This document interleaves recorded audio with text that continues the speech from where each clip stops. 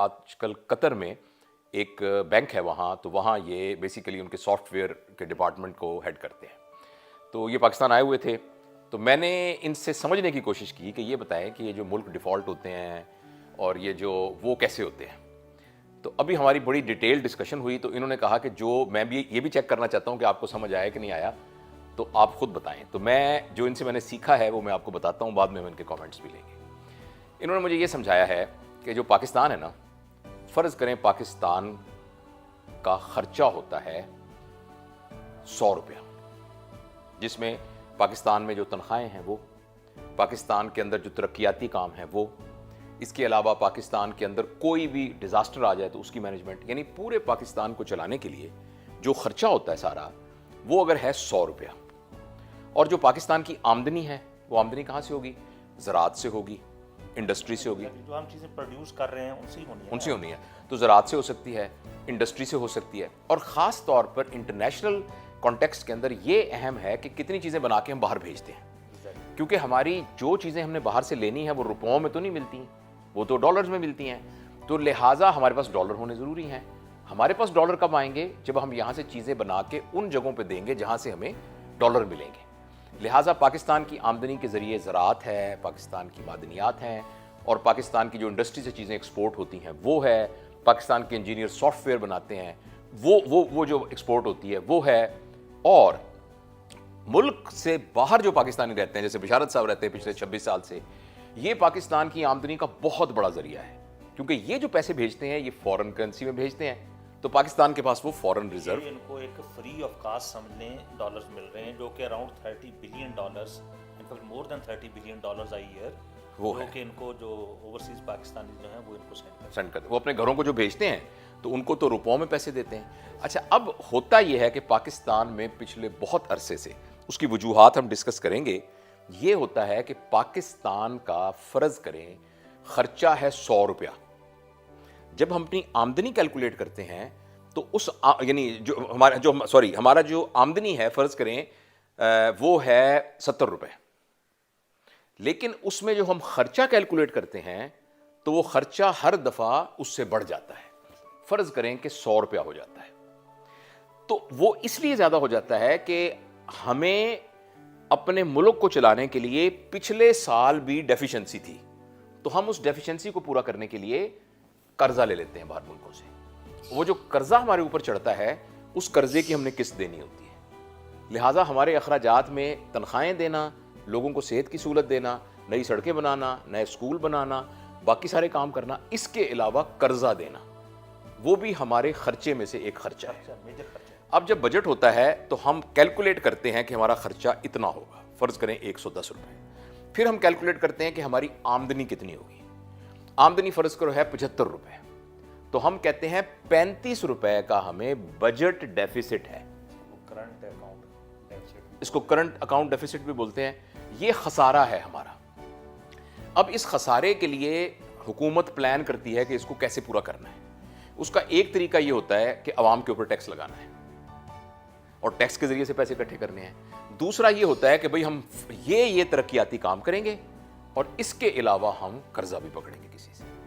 اب وہ قرضہ بڑھتے بڑھتے بڑھتے بڑھتے بڑھتے بڑھتا جا رہا ہے، اور وہ قرضہ اتنا بڑھ گیا ہے کہ ہم نے جب اس قرضے کی قسط دینی ہے تو اس قسط کو دینے کے لیے ہمارے پاس پیسے نہیں ہیں. وہ کیوں ہے ایسا؟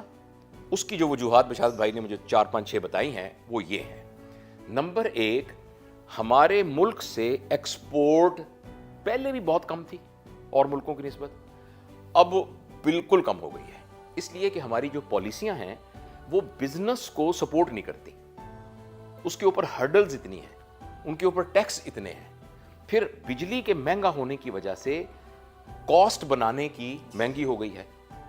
اس کی وجہ سے انڈسٹریاں آہستہ آہستہ کم ہوتی گئیں، اور کچھ لوگ جن کا ہاتھ پڑتا تھا انہوں نے ملک سے باہر انڈسٹریز، کراچی کے بہت سے بزنس مین نے انڈسٹری بنگلہ دیش میں لگا لی کیونکہ وہاں ایز ہے بزنس کرنے کا، تو ایکسپورٹ چاہے. دوسرا ہمارا بہت بڑا سورس تھا زراعت تھا، تو زراعت پر ہم نے کوئی انویسٹ ہی نہیں کیا.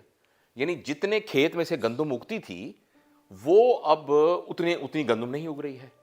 اور دوسرا پاپولیشن کے فلو کی وجہ سے بہت سارا زرعی علاقہ ایکچولی اب شہری علاقوں میں کنورٹ ہو رہا ہے، جس سے ہماری زراعت جو ہے وہ پروموٹ نہیں ہو رہی. اور اچھا دوسرا اس زراعت کے ساتھ ایسوسیٹڈ ایک اور خوفناک بات یہ ہے کہ جو صاحب اقتدار ہیں نا بڑے بڑے لوگ وہی ایکچولی بڑے ذمہ دار ہیں. تو اس میں سے بہت زیادہ چیزیں وہ لیگل چینل کی بجائے سمگل کر دیتے ہیں خود ہی.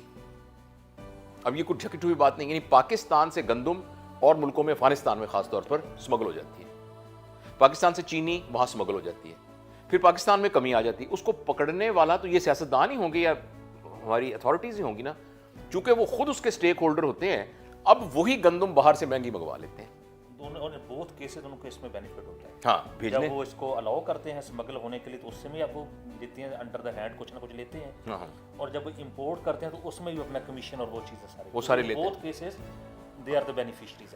تو ایک تو یہ ہو گیا کہ ہماری یہاں سے ملک سے باہر جانے والی چیزیں وہ کم ہو گئیں, اور جو ہمارے اندر پروڈیوس ہوتا تھا وہ اس 2 نمبری کی وجہ سے سمگل ہو کر, چونکہ وہ بینکنگ چینل کے تھرو نہیں گئی تو ملک میں پیسے نہیں آئے, تو پیسے ختم ہو گئے.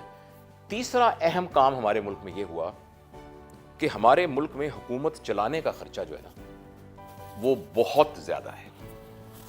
یعنی ہمارے جو وزیروں کی تعداد ہے وہ اتنی زیادہ ہے, اور میں کئی وزیروں سے ملا, میرے کچھ جاننے والے بھی ہیں, ان کو خود نہیں پتا کہ ان کا کام کیا ہے. اب آپ دیکھیں یہ مشیر ہے جو وزیر اعظم, اب اس نے کیا, یہ صرف اس کو صلاح دینے کے پیسے دے رہے ہیں, آپ ان کو گاڑی دے رہے ہیں, گھر دے رہے ہیں, بینیفٹس دے رہے ہیں, تو اس کا کام کیا ہے کہ وزیر اعظم کو جا کے کبھی کبھی صلاح دے دے کہ آپ یہ کریں یہ نہ کریں, اور اس پہ بھی وزیر اعظم نے اس پہ ایکٹ نہیں کرنا. بالکل. اور اس کے علاوہ جتنے سرکاری عہدیدار ہیں ان کے پرکس ہیں. مثلا پاکستان میں بہت سارے لوگ ایسے ہیں جن کو بجلی مفت ملتی ہے, اور وہ آج اخبار میں آیا تھا کئی کروڑ روپے کی بجلی ہر مہینے فری آف دا کاسٹ جاتی ہے. ارب کی کئی کروڑ تو یونٹس ہیں. اچھا اسی طریقے سے جو ہمارے جتنے بیوروکریسی ہے, جتنی جوڈیشری ہے, جتنے آرمی کے سینئر لوگ ہیں, ان کے اوپر خرچہ بہت زیادہ ہو رہا ہے. آپ کبھی گھر دیکھیں بڑے بڑے, ان کے گھر دیکھیں, اس گھر کے اندر پورے فلیٹس بن سکتے ہیں, اور وہ گھر نہیں ہوتا, وہ ایک پورا کمپاؤنڈ ہوتا ہے, ایک محلہ ہوتا ہے پورا. کمشنر کا گھر ایک محلہ ہوتا ہے, اور وہ کاسٹ سینٹر ہے. Basically it's a cost centre now which can be converted into revenue generating center. اس کے اندر ایک بہت ریزنیبل ایک کنال کے اندر ان کی کوٹھی بن سکتی ہے جو کافی ہوتی ہے. No need, one canal is not needed. There may be 2 persons نا, میاں بیوی ہوں گے, 2 بچے ہوں گے, 2 کمروں کے گھر میں رہ سکتے ہیں, کیا مسئلہ. لیکن چلیں ایک کنال کی بھی بنا لیں تو باقی ایریا کو کمرشلی یوز کیا جا سکتا ہے.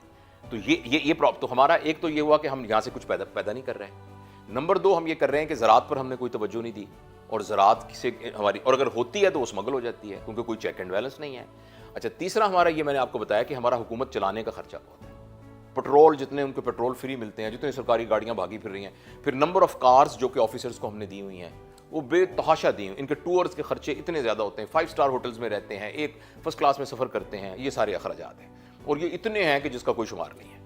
گارڈ ان کے ساتھ لگے ہوئے ہیں, باقی چیزیں لگی ہوئی ہیں. یہ باہر نکلتے ہیں نا جی, تو ان کے آگے پروٹوکول کی 2 گاڑیاں, پیچھے پروٹوکول کی 2 گاڑیاں, پیچھے ایمبولینس, یہ ساری چیزیں چل رہی ہوتی ہیں, 1 یا 2 اس کے ایک بندے کی حفاظت کے. ہاں اچھا اس کے علاوہ پھر ایک اور مسئلہ ہو گیا, اور مسئلہ یہ ہو گیا کہ ہمارے پاس ایک اور زبردست دولت کٹھی ہو گئی تھی اس سارے دوران, اور وہ تھی مین پاور, ہیومن ریسورس.